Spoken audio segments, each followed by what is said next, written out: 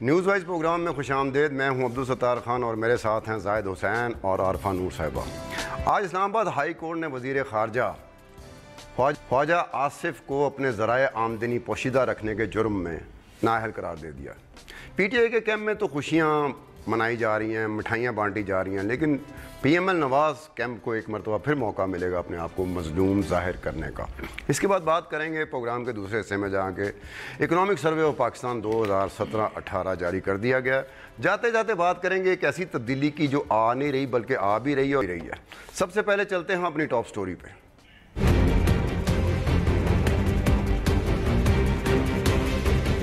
تھوڑی سی ایتھکس ہونی چاہیے, تھوڑی سی شرم ہونی چاہیے, تھوڑی سی حیا ہونی چاہیے. عثمان ڈار صاحب کو میں مبارکباد دینا چاہتا ہوں جنہوں نے خواجہ آصف کو یہ بتایا ہے کہ شرم کیا ہوتی ہے, حیا کیا ہوتی ہے.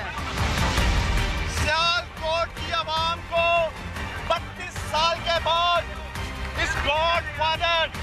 خواجہ آصف سے نجات دلائی ہے.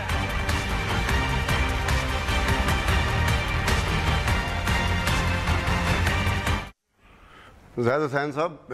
اس سے پہلے بھی عثمان ڈار صاحب خواجہ آصف کے خلاف ایک پٹیشن دائر کر چکے ہیں, پھر ریویو پٹیشن سپریم کورٹ میں کی تھی, وہ الیکشن کے حوالے سے تھی.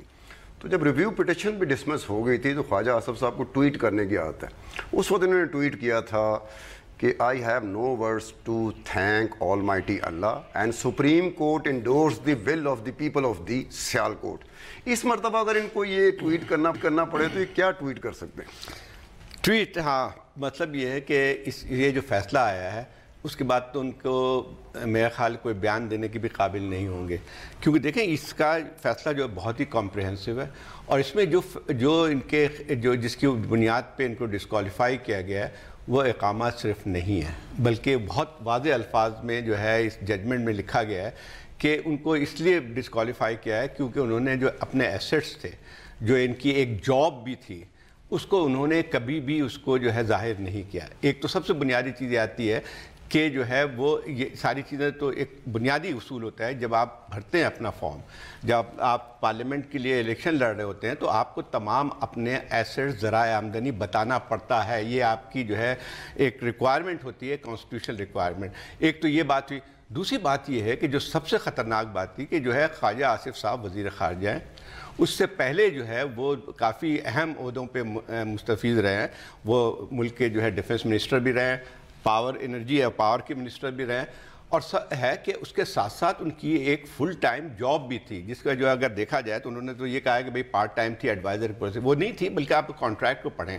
تو کانٹریکٹ میں صاف لکھا ہوا ہے کہ جو ہے یہ ان کی جاب کی نیچر یہ ہے اور ان کی تنخواہ کتنی ہے, ان کے بینیفٹس کتنے ہیں, وہ ساری چیزوں کا اندراج ہے. اور ایک سب سے بنیادی چیز جو بن کے آتی ہے وہ یہ ہے کہ اس دوران میں 3 کانٹریکٹ ان کے سائن ہوتے ہیں. 2011 میں پہلا کانٹریکٹ سائن ہوا ہے بہت تفصیل کے ساتھ. دوسرا جو ہے کانٹریکٹ وہ سائن کرتے ہیں 2013 میں, جبکہ ان کی حکومت آ چکی تھی, یہ وزیر تھے. اور سب سے اہم بات یہ آتی ہے کہ تیسرا جو انہوں نے کانٹریکٹ سائن کیا تھا وہ 31 مئی 2017 میں, جب ڈیفنس منسٹر تھے یہ, اور اس کے ساتھ ساتھ جو ہے میرے خیال وزیر خارجہ بننے والے تھے. اور وہ جو ہے وہ یہ جو 2017 کا جو کانٹریکٹ تھا آخری, وہ اب تک ویلڈ ہے.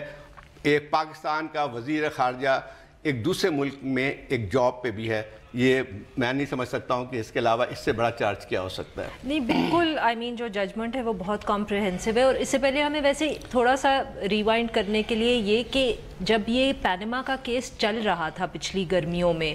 تو تب لیک ہوئی تھی انفارمیشن ایس این اقبال صاحب کے بھی اقامے کی اور خواجہ آصف کے بھی اقامے کی. اور اس وقت تک کیونکہ ڈیسیجن نہیں آیا ہوا تھا نواز شریف کا, تو ون کین گیس کہ جب یہ اقامے کی خبر لیک ہوئی, میرے خیال میں عثمان ڈار نے ہی شاید خواجہ آصف کی لیک کی تھی اور سوشل میڈیا کے اوپر ایس این اقبال کی آ گئی تھی,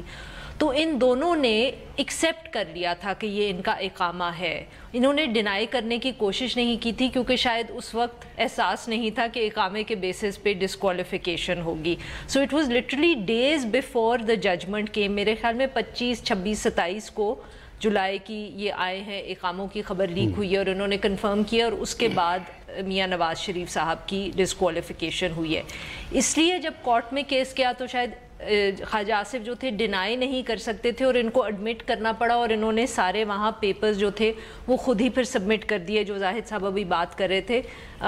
کہ 3 کانٹریکٹس ہوئے اور کانٹریکٹ کی ڈیٹیل کیا تھی اور یہ تھی اور وہ تھی. اور وہی بات کہ ایتھیکل کویسچن اتنا بڑا ہے, یہ ڈسکوالیفیکیشن تو ایک بہت ٹیکنیکل پوائنٹ کے اوپر ہوئی ہے کہ آپ سیلری لے رہے تھے کیونکہ آپ کے پاس اقامہ ہے, آپ کی امپلائمنٹ تھی, آپ تنخواہ لے رہے تھے اور وہ تنخواہ جو ہے یا اس کی جو تفصیل ہے آپ نے اپنی ایسٹ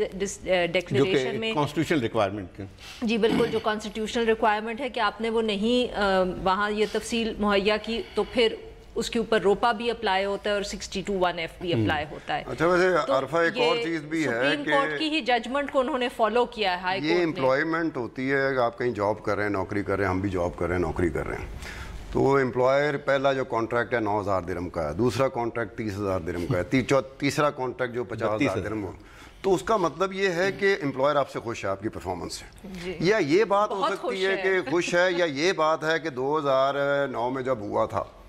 تو اس وقت یہ تھا کہ یہ ان کے پاس عہدہ تو کوئی نہیں تھا نا, 2013 میں ہو سکتا ہے اس وقت ان کے پاس عہدہ آ گیا ہو یا ان کی جماعت جیت کے الیکشن آ گئی ہو, اور تیسرے میں تو کنفرم ہے نا, تو ان کے عہدے کی وجہ سے ان کے امپلائر خوش ہوتے تھے اور ان کو ترقیاں دیتے. اور پہلے ایک بات ہے, پہلے یہ لیگل ایڈوائزر تھے, بعد میں مینجمنٹ کنسلٹنٹ ہو گئے. یہ بھی عجیب بات ہے کہ بھئی آپ کو ٹیلی فون پہ سہولت ملی ہوئی ہے, جو اس کا ایم ڈی جو ہے وہ جو اسٹیٹمنٹ دے رہا ہے اس میں کہہ رہا ہے کہ جی ان کو ہم نے بڑا فلیکسیبل سی جاب تھی یہ ٹیلی فون کے اوپر, اور اگر کبھی انہوں نے آنا ہو یو اے ای میں تو یہ آگے ہمیں کوئی مشورہ دے سکتے ہیں. دیکھیں بعض دفعہ آپ کو جو ہے آپ کی جو پوزیشن ہوتی ہے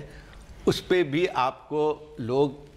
جاب دے دیتے ہیں یا ایڈوائزری پوزیشن, اس کا بھی ایک مقصد ہوتا ہے, بینیفٹس دیتے ہیں کیونکہ آپ کی ایک اس کا پیچھے ایک پولیٹیکل مقصد بھی ہوتا ہے. اب یہ جو آپ نے یہ بات کی بہت ہی اہم ہے کہ جو ہے 2011 کا کانٹریکٹ اور 2017 کا کانٹریکٹ, اس میں جو ہے جو ان کی جو سیلری تھی وہ اور پیکیج تھا اس سے کئی گنا بڑھ چکی تھی. اب مسئلہ یہ آتا ہے کہ ایک تو سب سے بنیادی سوال آتا ہے دنیا میں کہیں بھی کسی ملک میں بھی